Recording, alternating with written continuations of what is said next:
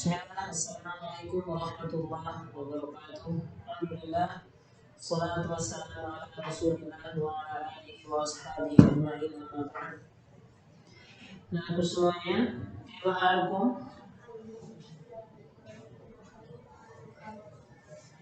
Bikhairin alhamdulillah, barakallahu fikum. Semoga antum semua dalam keadaan sehat walafiat. Yang ada di rumah tetap jaga kesehatan. Taati protokol kesehatannya. Juga semoga Allah Subhanahu wa taala segera mengangkat wabah bahaya dan juga segala macam bencana yang ada di negara kita tercipta. Amin ya rabbal alamin. Baik, kita lanjutkan pembelajaran kita temanya survei matinya di pelajaran 2. Sebelum kita mulai, perhatikan adab-adabnya: berpakaian yang rapi, berdoa, dan juga siapkan catatannya. Jangan lupa memakai pakaian yang rapi sebelum belajar, supaya ilmu yang bermanfaat dan juga menjadi pahala bagi antum. Allahumma inni as'aluka ilman nafi'an wa rizqan thayyiban wa 'amalan mutaqabbalan. Allahumma la sahla illa ma ja'altahu sahlan wa anta taj'alul hazna idza syi'ta sahla. Subjek 3, pengaruh kalor terhadap kehidupan, pelajaran 2. Pengaruh kalor terhadap kehidupan, pelajaran 2. Baik, ada 2 mata pelajaran di pelajaran 2 ini, yang ada SPDP dan juga IPA. IPA dan juga SPDP. Baik, kita langsung saja. Baca sekalian Allah Subhanahu wa taala. Semalam kita telah mempelajari tentang penghantar panas. Penghantar panas ada 3 semalam kita pelajari: konduktor, isolator, dan juga semi konduktor. Di gambar ini yang sendok logam ini dia memiliki sifat penghantar panas sebagai konduktor, yakni menghantar panas dengan baik. Sedangkan sarung tangan kain ini merupakan isolator atau bukan penghantar panas yang baik. Juga tentang konduktor dan isolator dan juga semi konduktor telah kita pelajari semalam dan juga beserta contoh-contohnya. Jadi ada benda-benda yang mereka itu bisa mengantarkan panas, dan juga ada benda-benda yang tidak bisa mengantarkan panas, dan juga ada benda yang bisa mengantarkan panas tapi sedikit. Kalau yang bisa mengantarkan panas dengan baik itu disebut dengan konduktor. Contohnya logam-logam besi, logam-logam yang lain seperti perak, logam kuningan, dan sejenisnya seng, itu merupakan konduktor atau penghantar panas yang baik.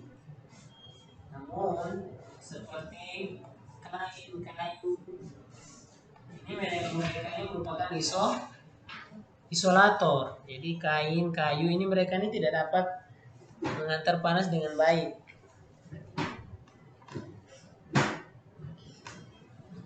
Mereka disebut isolator. Kemudian ada bahan yang sedikit saja mereka itu bisa mengantarkan panas, disebut dengan semi konduktor.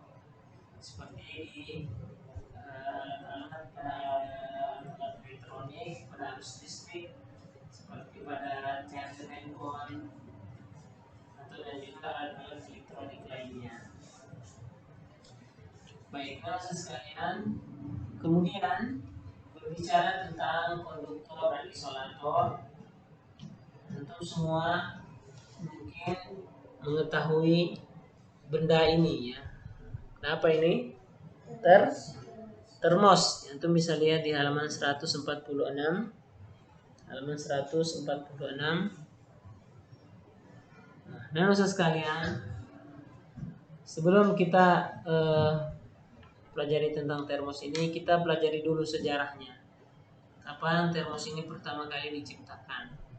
Jadi pencipta termos atau pembuat termos pertama kali ini pada tahun 1902 oleh seorang ilmuwan asal Inggris namanya Sir James Dewar. Itu bisa lihat gambarnya di halaman 146 buku tema 6. Sir James Dewar, nama aslinya James Dewar. Sir itu adalah gelarnya, gelar karena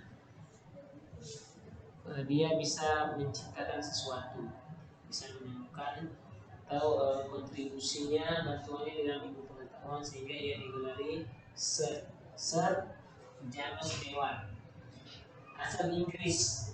Pada tahun 1902 dia menciptakan termos. Dia menciptakan termos ini karena kebutuhan dia untuk menjaga agar minuman anak dia masih bayi itu tetap hangat. Karena kita ketahui di Eropa itu kalau sudah memasuki musim dingin itu dinginnya sampai minus di bawah 0 derajat Celcius, di bawah 0 derajat Celcius, atau dia mungkin sekitar 10 derajat Celcius atau 9 derajat Celcius. Nah, ini cuacanya sangat dingin, sehingga kalau mau menyiapkan air hangat untuk bayi ini maka akan sulit. Kita harus masak terus. Kalau bepergian kan susah. Akhirnya dia memiliki ide untuk membuat termos. Nah, termos ini fungsinya untuk apa? Untuk menjaga agar air atau minuman itu tetap hangat atau tetap panas. Misalnya air yang kita masukkan itu panasnya 80 derajat Celcius. Jadi kita masukkan dalam termos itu dia akan tetap sama. Dia akan tetap 80 derajat Celcius ketika kita tuangkan ke dalam ke dalam gelas. Jadi fungsi termos itu untuk dia menjaga agar suhu daripada panas air tersebut atau suhu air tersebut tetap pada suhu normalnya.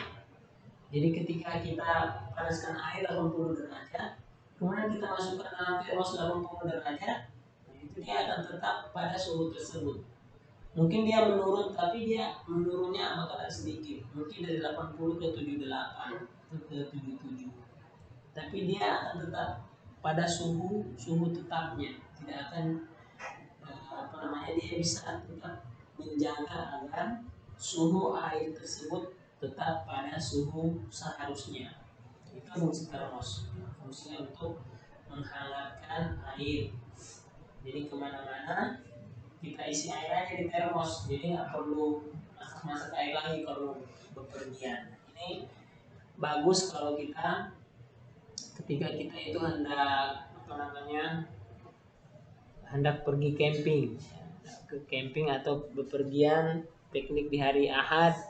Nah, ini bisa, atau di hari libur, supaya kita tidak payah-payah lagi bawa kompor, bawa alat-alat yang lain. Cukup bawa termos saja, isi air panas di dalamnya, cukup bawa ke pantai, kita bisa menikmati, minum kopi, bikin makanan-makanan lainnya. Jadi lebih mudah.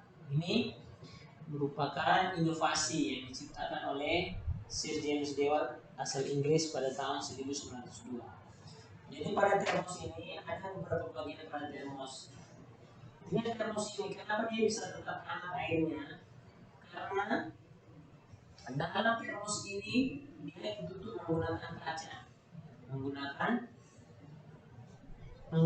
kaca yang hampa. Jadi udara itu tidak keluar kemana-mana. Udara tidak keluar kemana-mana, dan juga kaca dia tidak menghantarkan panas. Akhirnya apa? Udara mengendap dalam dalam kaca tersebut. Kemudian ditutup termos itu diberikan sumbatan. Sekarang mungkin lebih canggih menggunakan plastik. Kalau termos zaman dulu itu sumbatannya menggunakan kayu. Disumbat. Sekarang Ustaz lihat sudah ada yang pakai karet, ada yang menggunakan plastik, tutupannya menggunakan plastik. Intinya disumbat di mulut termos itu supaya tidak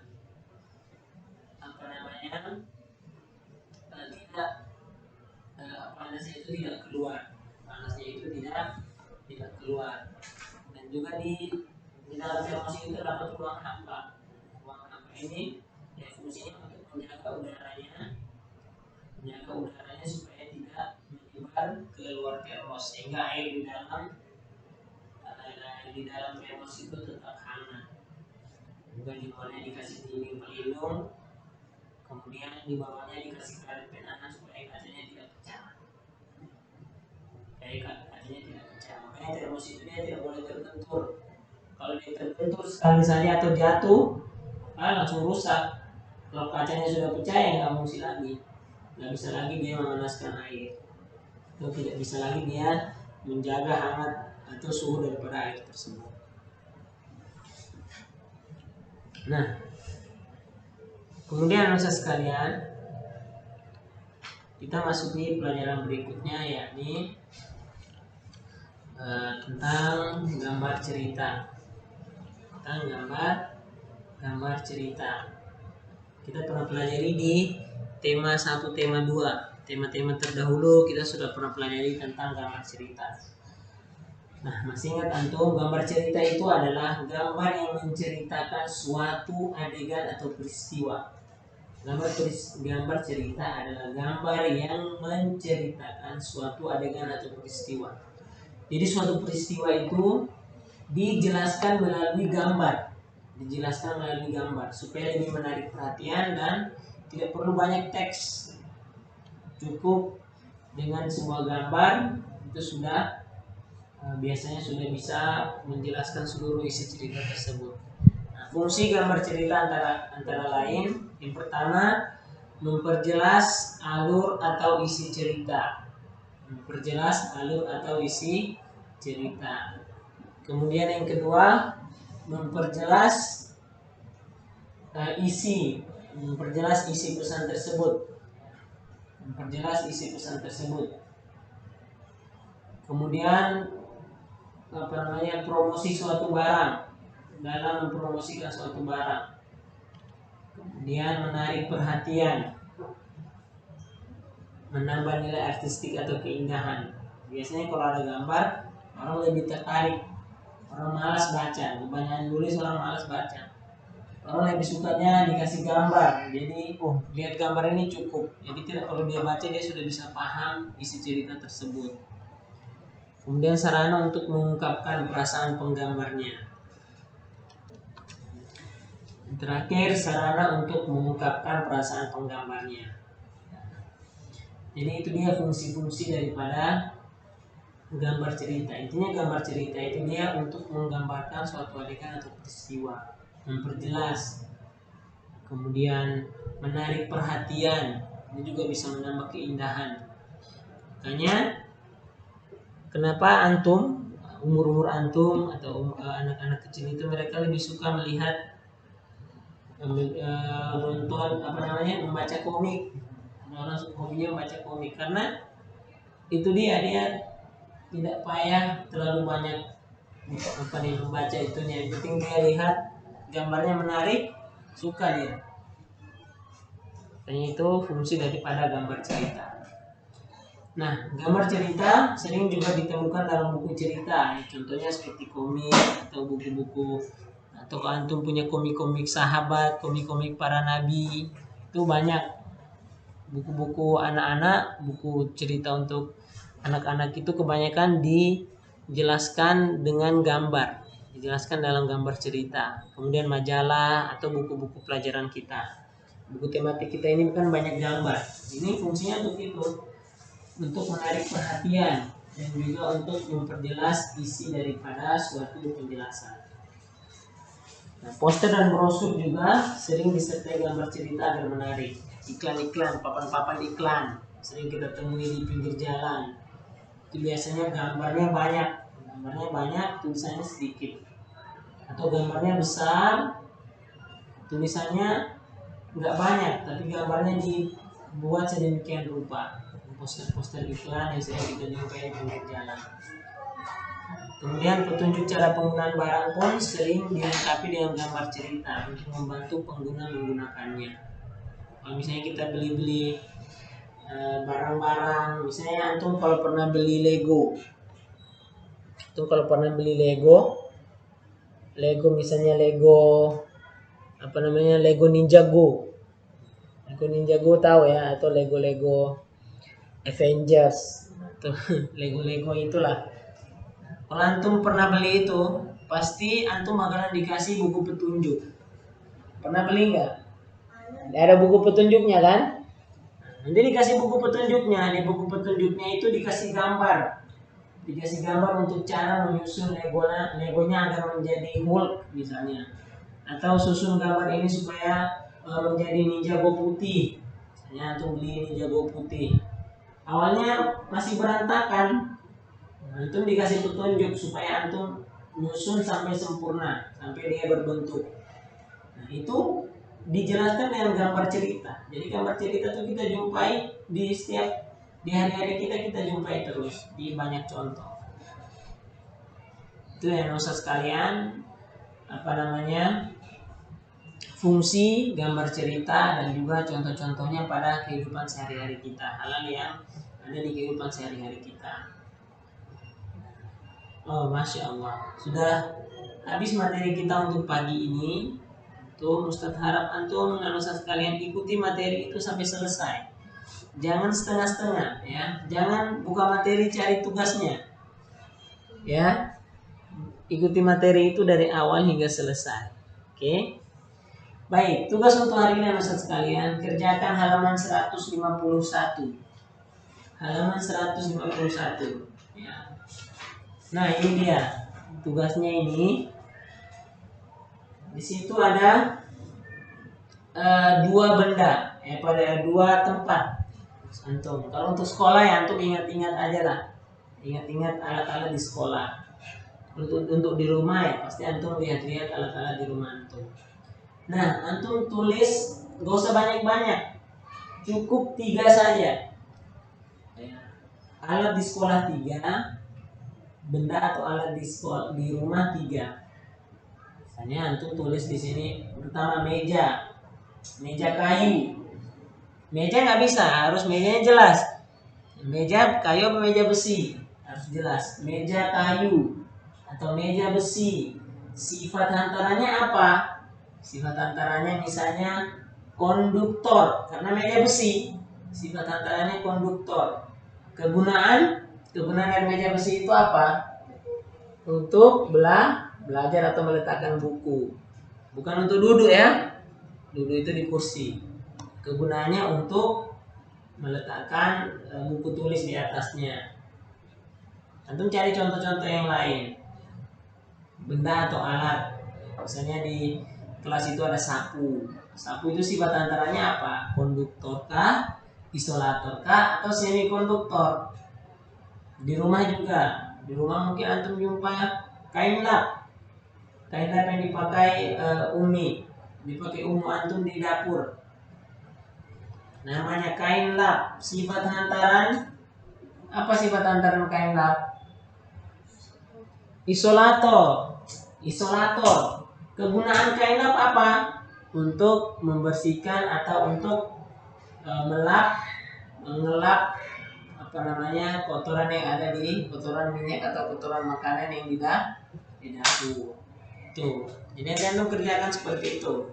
La tansa, jangan lupa, dan juga kumpulkan nanti, fotokan hasil analisis antum, kemudian kumpulkan di Google Classroom. Kerjakan dulu ya. Barakallahu fikum. Terima kasih atas kehadiran antum semuanya, anak sekalian. Saya ucapkan jazakumullah khairan wa barakallahu fikum.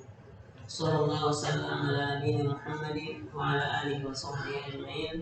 Subhanakallahumma wa bihamdik, asyhadu an la ilaha illa anta, astaghfiruka wa atubu ilaik. Assalamualaikum warahmatullahi